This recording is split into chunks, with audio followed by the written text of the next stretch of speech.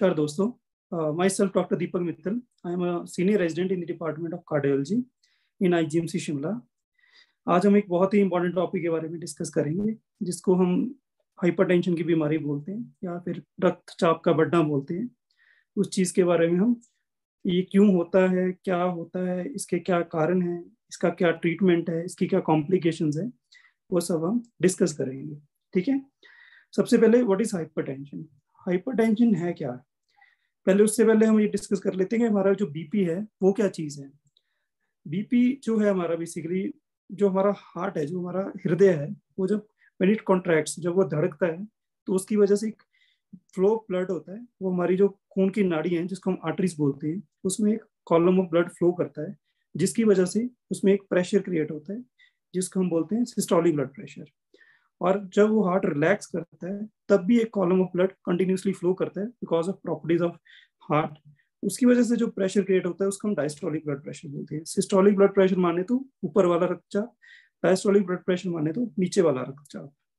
तो नॉर्मली जो हमारा सिस्टोलिक ब्लड प्रेशर है वो कितना होना चाहिए? नॉर्मली जो हमारा ऊपर वाला यानी सिस्टोलिक ब्लड प्रेशर है वो 120 होना चाहिए, 120। और जो हमारा नीचे वाला ब्लड प्रेशर है, that is diastolic blood pressure, it should be around 80। वो हमारा 80 के अराउंड होना चाहिए। ठीक है। ब्लड प्रेशर बढ़ना यानी कि हाइपरटेंशन, वो क्या है और उसकी क्या क्या स्टेजेस हैं। हाइपरटेंशन, अगर हमारा ब्लड प्रेशर ऊपर वाला जो कि सिस्टोलिक ब्लड प्रेशर है, अगर वो 120 से 30 है, तो उसको हम बोलते हैं elevated hypertension, elevated blood pressure. It means you are at risk of developing hypertension. वो एक विंडो है, जब आप इसको कंट्रोल कर लेंगे तो ये नॉर्मल हो जाएगा। अगर उसको वहां पे आप कुछ नई लाइफस्टाइल मॉडिफाई कर रहे हैं, तो अल्टीमेटली आपको एक हाइपरटेंशन की फॉर्म ले लेगा। तो अगर 120 से 130 है, तो ये एलिवेटेड हाइपरटेंशन है। If it's between 130 to 139, then it's stage 1 hypertension. And diastolic pressure, if it's between 80 to 89, then it's again stage 1 hypertension. And stage 2 hypertension is when your systolic blood pressure, जो आपका ऊपर वाला blood pressure it's more than 140, and your diastolic blood pressure it's more than 90. तो ये हमारी different stages हैं। Classification का नजरिया है ये जो आपका बीपी है वो कहाँ और कितना है, ताकि हम उसके अकॉर्डिंग ट्रीटमेंट दे पाए, उसके अकॉर्डिंग प्रिकॉशंस ले पाए। ठीक है। उसके बाद हम डिस्कस करते हैं ये जो अगर बीपी बढ़ता है उसके कारण क्या क्या सिम्टम्स होते हैं। सबसे इंपॉर्टेंट जो सिम्टम्स है, मतलब सिम्टम है जो बीपी बढ़ने का, वो है सिर दर्द, हेडेक। कई बार हमने देखा होगा कि अर्ली मॉर्निंग जब सुबह उठते हैं, एक सिर दर्द रहता है, हैवीनेस रहती है सिर में। वो काफ़ी चांसेस हैं कि वो बीपी बढ़ने की वजह से। अब ऐसा क्यों होता है? इसका एक कारण ये है कि अगर बीपी बढ़ता है तो उसकी वजह से जो हमारी ब्रेन है, जो हमारा दिमाग है, उसकी कुछ सूक्ष्म नाड़ियाँ होती हैं, उनमें जो है कुछ ऐसे बदलाव आ जाते हैं जिसकी वजह से वहाँ का प्रेशर बढ़ जाता है और हमारा जो सिर दर्द होता है। और क्या लक्षण हो सकते हैं? चक्कर आना। कई बार ये होता है कि हम चलते चलते कोई चक्कर आ जाते हैं या चक्कर आने लग जाते हैं, ऐसा लगता है कि हम गिरेंगे या कुछ।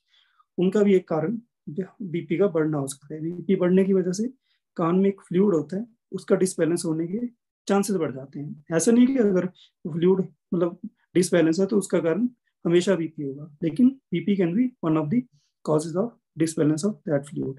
तो चक्कर आना एक इसका और सिम्टम है। और क्या सिम्टम्स हो सकते हैं अगर हमारा बीपी बढ़ रहा है? आंखों की जो रोशनी है, इनमें भी एक, आंखें जो होती हैं उनमें सूक्ष्म नाड़ियाँ होती हैं। बीपी जब बढ़ता है तो उन पे भी कुछ इफेक्ट पड़ता है, और जो हमारा देखना है उसमें क्या होता है, धुंधलापन आने लग जाता है। तो blurring of vision is again a symptom of hypertension. और क्या सिम्टम्स हो सकता है? फटीग। जनरली आप ऐसा महसूस करेंगे कि शरीर भारा है, जैसे बोल देते हैं कि शरीर बहुत भारा भारा लग रहा है, थकावट लग रही है। This can again be a symptom of raised blood pressure. ठीक है दोस्तों, अब हम नेक्स्ट डिस्कस करेंगे कि जो हमारा बीपी बढ़ रहा है उसके कारण क्या क्या हैं, क्यों बढ़ रहा है हमारा बीपी। मतलब हर किसी का तो नहीं बढ़ता है, अगर किसी का बढ़ रहा है तो कुछ ना कुछ उनमें दिक्कत हो सकती है। एक मोस्ट इम्पॉर्टेंट जो कारण है बीपी का, वो है असेंशियल हाइपरटेंशन। असेंशियल हाइपरटेंशन माने तो उसमें हमारा कोई कसूर नहीं है, this is a good news for you. वो हमारे जो जीन्स हैं, जो हमारी ब्लड लाइन है, उसमें कुछ हमारे ऐसे जीन्स हैं जो हमारा खून की नाड़ियाँ जो हैं उनके साइज को कंट्रोल करते हैं, उनके प्रेशर को कंट्रोल करते हैं। तो वो नेचुरली, मतलब ड्यू टू अवर जीन्स जो हम अपने पेरेंट्स से एक्वायर करते हैं, उनके कारण उसमें कुछ ऐसी चेंजेस होती हैं जिसके कारण हमारा बीपी बढ़ता है। ठीक है जी। उसमें हम ज़्यादा कुछ नहीं कर सकते हैं। अगर हमारा थिन बिल्ड है, हम पतले हैं, हमारी डाइट ठीक है, स्मोकिंग नहीं कर रहे हैं, अल्कोहल नहीं ले रहे हैं, और हमारा सब कुछ ठीक है, तो it can be due to essential hypertension. उसमें हमें मेडिसिन ही लेनी पड़ेगी और कोई ऑप्शन नहीं है। Number 2, diet. डाइट का बहुत इंपॉर्टेंट रोल है जो हमारा बीपी बढ़ने में। डाइट में क्या क्या है? डाइट में अगर आप बहुत ज़्यादा नमक खा रहे हैं, नॉर्मल मात्रा से नमक ज़्यादा खा रहे हैं, नमक ज़्यादा खाने का क्या मतलब, जैसे आप चिप्स खा रहे हैं, कुरकुरे खा रहे हैं, अचार खा रहे हैं, चटनी खा रहे हैं, ये सब चीज़ें जिनमें एडेड सॉल्ट्स हैं, जिनमें बहुत ज़्यादा सॉल्ट है। नॉर्मली जो हमारा डेली की सोडियम की रिक्वायरमेंट है, इट्स लाइक 5 ग्राम। सॉल्ट की रिक्वायरमेंट इट्स लाइक 5 ग्राम। अगर आप इससे ज़्यादा ले रहे हैं 5 ग्राम से, तो it can cause hypertension. It can B one of the reasons for hypertension. दूसरे क्या कारण है? अगर हमारा लाइफस्टाइल कुछ ऐसा है कि सीटिंग जॉब है, हम हमारा सेडेंटरी लाइफस्टाइल है, हम चलते नहीं है, office to our home to office, बिल्कुल हमारा फिजिकल एक्टिविटी नहीं है, this can again cause hypertension. Third, अगर if you are smoking, if you are taking alcohol in moderation is still okay, but if you are taking it in excess, then it's gonna harm your health. वो आपके जो हृदय, दिमाग, liver सबको effect करता है। Alcohol 2 drinks in a day is fine, मतलब small drinks, लेकिन अगर आप उससे ज़्यादा ले रहे हैं तो वो आपकी सेहत के लिए हानिकारक है। और स्मोकिंग तो अगर एक बीड़ी भी, एक सिगरेट भी पी रहे हैं, दैट इज मोर देन, मतलब इट्स डेंजरस। तो स्मोकिंग, बीड़ी या cigarette, it's not good for your health and not for BP. और फिर जो डाइट है उसमें और क्या, अगर हम फाइबर नहीं ले रहे हैं उसमें, डाइट में फाइबर नहीं ले रहे हैं, उसकी वजह से कॉन्स्टिपेशन होता है, उसकी वजह से भी एक कारण है कि हमारा जो बीपी बढ़ सकता है। या फिर अगर आप ज़्यादा स्ट्रेस ले रहे हैं, डेली फिजिकल एक्टिविटी तो कर ही नहीं रहे हैं, ऊपर से स्ट्रेस अलग से है ब्रेन में, तो वो भी आपका बीपी बढ़ने का एक कारण है। ठीक है दोस्तों, उसके बाद हमारा जो नेक्स्ट है कि हम जो बीपी है उसको कैसे रोक सकते हैं अपने लेवल पे। अपने लेवल पे जैसे मैंने बताया कि जो डाइट है, सबसे पहले तो उसको चेंज किया, हमने लेनी high fibre diet. High fibre diet माने तो इसको बोलते हैं dash diet, dietary approaches to stop hypertension. उसमें क्या क्या चीज़ें हैं? उसमें यह है कि salt intake should be less than 5 grams. और 5 ग्राम्स आप सोचेंगे कि कैलकुलेट कैसे करना, उसमें ये चीज़ है कि जितना आप दाल सब्जी में रूटीन नमक खा रहे हैं मॉडरेशन में, दैट इज़ फाइन। उसके अलावा जो एडेड सॉल्ट है, चटनी, अचार, चिप्स, कुरकुरे, जो ये एम्प्टी कार्ब्स हैं जैसे कि कोल्ड ड्रिंक्स वगैरह, उनको नहीं लेना है आपने। ठीक है जी, जैसे मतलब कुछ भी ऐसे ड्रिंक्स आती हैं, लाहौरी जीरा या कुछ भी, उनको नहीं लेना है। उनमें एडेड सॉल्ट्स होते हैं, वो आपको बीपी बढ़ा सकते हैं। फिर हाई फाइबर डाइट, फ्रूट्स वगैरह, वेजिटेबल्स, ये रॉ वेजिटेबल्स ज़्यादा खाने, जिसको हम सैलड बोलते हैं, वो आपने ज़्यादा लेना है। स्मोकिंग बिल्कुल बंद, शराब भी नहीं लेनी है, क्योंकि अगर आप सोचेंगे 1-2 पैग ले लें, वहाँ पे 1-2 पैग में नहीं बनती है बात, उसको भी आपने अवॉइड करना है, ड्रिंक भी नहीं करनी है। ठीक है, और रोज 30 मिनट्स की ब्रिस्क वॉकिंग। ब्रिस्क वॉकिंग माने तो तेज चलना है, ऐसे नहीं गप्पे मारते हुए, तेज अपना फोकस्ड हो गए 30 मिनट्स के लिए तेज वॉक करनी है। अगर हफ्ते में 5 दिन भी करेंगे वो भी मोर देन सफिशिएंट है। ठीक है दोस्तों, अब अगर इन सब चीज़ों के बावजूद भी आपका बीपी बढ़ रहा है, तो आपको मेडिसिन लेने से बिल्कुल नहीं हिचकिचाना है। डॉक्टर के पास जाइए, अपना बीपी चेक कराइए, और अगर आपका बीपी ज़्यादा आ रहा है, जैसे कि मैंने बोला स्टेज 1 या स्टेज 2 हाइपरटेंशन में आप उस कैटेगरी में फॉल कर रहे हैं, तो आपको मेडिसिन स्टार्ट करनी चाहिए। मेडिसिन के बारे में आपको ब्रीफ बताता हूँ कि कौन कौन सी टाइप्स की मेडिसिन होती है। मेडिसिन मेनली जो बीपी के लिए होती है, बहुत तरह की मेडिसिन है, पर जो मेनली हम यूज़ करते हैं 3-4 टाइप्स की मेडिसिन है। और आपने, हो सकता है आपने सुना हो, क्योंकि हो सकता है आपकी फैमिली या कुछ रिलेटिव्स में किसी ना किसी को कुछ बीपी की दिक्कत हो। इनमें से फर्स्ट कैटेगरी है एस इनहिबिटर्स या एआरबीज। उनमें जैसे सॉल्ट्स आते हैं, टेलमिसार्टन, ऑल्मिसार्टन, रेमेबल। जैसे टेलमिसार्टन 40 आपने शायद सुना हो कहीं ना कहीं।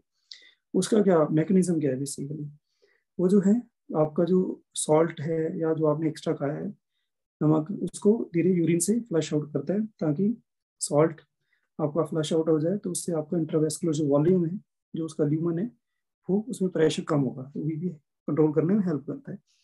लेकिन कई बार कुछ लोगों को इस मेडिसिन से ड्राई कफ यानी कि सूखी खांसी होने का चांसेस होते हैं, लेकिन those are very very rare. लेकिन for your information I am just telling you कि उसकी वजह से कई बार ये हो सकता है। तो अगर कुछ ऐसा हो रहा है कि बीपी की मेडिसिन स्टार्ट करने के बाद कुछ ड्राई कफ रह रही है, तो आप अपने डॉक्टर को कंसल्ट कर सकते हैं। दूसरी तरह की दवाई होती है कैल्शियम चैनल ब्लॉकर, जिसमें एक बड़ा कॉमन सॉल्ट आता है अम्लोडिपिन, जो कि 5 to 10 mg डोज में आता है और हम रूटीनली प्रिस्क्राइब करते हैं। उसका भी ये मैकेनिज्म है, ये जो हमारा जो खून की नाड़ी है सूक्ष्म है, उसको ये साइज को उसको डायलेट कर देता है, उसका साइज बड़ा कर देता है, तो उसमें प्रेशर कम हो जाता है। तो उसकी वजह से जो आपका बीपी कंट्रोल आ सकता है। लेकिन उसका एक साइड इफेक्ट होता है जो कि बड़ा कॉमन है, जो कि कई बार आपके हो सकते हैं मरीज को पैरों में सोजिश आना। So it can be due to your ये बीपी मेडिकेशन। तीसरा ये नाम की दवाई आती है डायरेटिक्स, उसमें क्लोरथैलिडोन और कुछ ऐसे सॉल्ट्स आते हैं हाइड्रोक्लोरथाइजाइड, जो कि आपका यूरिन की क्वांटिटी बढ़ाते हैं ताकि जो इंट्रावेस्कुलर वॉल्यूम है वहाँ पे फ्लो कम रहे और प्रेशर कम हो जाए। ये कुछ मेडिसिन है जिससे आप इनको कंट्रोल कर सकते हैं। और इन लास्ट फिर हम डिस्कस करते हैं अगर हम बीपी नहीं कंट्रोल करते हैं तो क्या होगा, क्योंकि कई बार कुछ लोगों को बीपी के कुछ लक्षण नहीं आते हैं, तो फिर ये आर्गूमेंट देते हैं कि मुझे तो कोई दिक्कत नहीं है, तो मैं क्यों मेडिसिन खाऊं, मेडिसिन के 100 साइड इफेक्ट हैं। लेकिन दोस्तों ये जानना बहुत ज़रूरी है कि लॉन्ग रन में, लंबे टाइम में, जो अगर हमारा बीपी अनकंट्रोल रहता है उसकी वजह से हमारा जो हार्ट है उसका कॉन्स्टेंटली ज़्यादा जोर लग रहा है to pump the blood against raised blood pressure. तो उसकी वजह से जो हार्ट है हमारा वो मोटा हो जाता है, थिकनेड हो जाता है। अगर हार्ट मोटा हो जाएगा, थिक हो जाएगा, तो उसको ज़्यादा खून की ऑक्सीजन की रिक्वायरमेंट होगी। और अगर आपकी बाकी शुगर है, कोलेस्ट्रॉल है, या वैसे खून की नाड़ी ब्लॉक हो जाती है, तो जो हार्ट है उसको डिमांड ज़्यादा है, सप्लाई कम होगी, तो हार्ट अटैक होने का रिस्क बहुत बढ़ जाता है। तो बीपी को कंट्रोल करना बहुत ज़रूरी है। नंबर 2, अगर बीपी अनकंट्रोल है, जैसे मैंने बताया कि हार्ट में ये दिक्कत होती है, ब्रेन में क्या होता है, जो नाड़ी है वो क्या हो जाती है, जो वैसे तो इलास्टिक होती है, बड़ी फ्लेक्सिबल होती है, लेकिन अगर बीपी बढ़ता रहता है वो स्टिफ हो जाती है। अगर स्टिफ हो जाएगी और कभी एकदम प्रेशर बढ़ गया तो रप्चर कर जाती है, तो ब्रेन स्ट्रोक जिसको हम बोलते हैं अधर्म, वो होने का रिस्क बहुत ज़्यादा होता है इसमें। और क्या हो सकते हैं साइड इफेक्ट, बीपी के कारण जो हमारी टांगों की नाड़ी है वो भी स्टिफ हो सकती है, उसके कारण वहाँ का भी फ्लो कम हो सकता है और हमें चलने फिरने में दिक्कत आ सकती है। आंखों की रोशनी जा सकती है, क्योंकि लॉन्ग रन में क्या होगा, आंखों की सूक्ष्म नाड़ियाँ हैं वो भी खराब हो जाएंगी, तो हमें देखने में दिक्कत आएगी। और बीपी ऑलमोस्ट ऐसा शरीर का कोई अंग नहीं है, किडनीज लगा लो, किडनीज खराब हो जाएंगी। बीपी बढ़ा रहेगा तो किडनीज जो है फिल्टर नहीं कर पाती हैं दिन से, तो उसके कारण क्या होगा, किडनीज खराब हो जाएंगी। अगर किडनीज खराब हो जाएंगी तो आपने सुना होगा कि मरीज डायलिसिस कराते हैं हर हफ्ते में 2 बार, तो हो सकता है कि उस चीज़ की भी नौबत आ जाए। तो इसलिए टेक होम मैसेज ये है आज की इस वीडियो का या डिस्कशन का, कि आपने अपना जो बीपी है वो रूटीन में, जैसे कभी आपने आज अगर बीपी नहीं चेक कराया और आपको अगर सिम्टम्स नहीं भी हैं, फिर भी कभी अस्पताल में जाते हैं 6 महीने में, साल में, अपना बीपी जरूर चेक कराएं। और अगर बाई चांस वो बढ़ा आता है, और अगर वो इतना नहीं बढ़ा, तो आप अपने जो जिंदगी में उसमें उसको जो जीवन शैली है उसको सुधार करें, ताकि उसको आप अपने लेवल पे कंट्रोल कर लें। लेकिन अगर फिर भी आपका जो बीपी है वो नहीं कंट्रोल हो रहा, आपने 1 महीना 2 महीना करा परहेज, लेकिन फिर भी बीपी बहुत ज़्यादा है, तो जो दवाई है उसको शुरू कर सकते हैं। उसमें बड़ा ये है कि अगर छोटी सी गोली से आपके इतनी बड़ी चीज़ें जो कंट्रोल कर सकते हैं, तो उसका कोई हर्ज नहीं है, उसको you should go for it. आप तो बहुत अच्छी कुछ ऐसे सॉल्ट्स और मेडिसिन हैं जिससे आप अपना बीपी बहुत अच्छे तरीके से कंट्रोल कर सकते हैं। उन्हें अम्लोडिपिन, टेलमिसार्टन, ये बहुत अच्छे सॉल्ट्स हैं और बहुत अच्छी कंपनीज के बड़े अच्छे आते हैं, जिनमें से सिप्ला एक ऐसी कंपनी है जिनका ये बहुत अच्छा कॉम्बिनेशन आता है। ठीक है दोस्तों, ठीक है, थैंक यू, धन्यवाद, नमस्कार।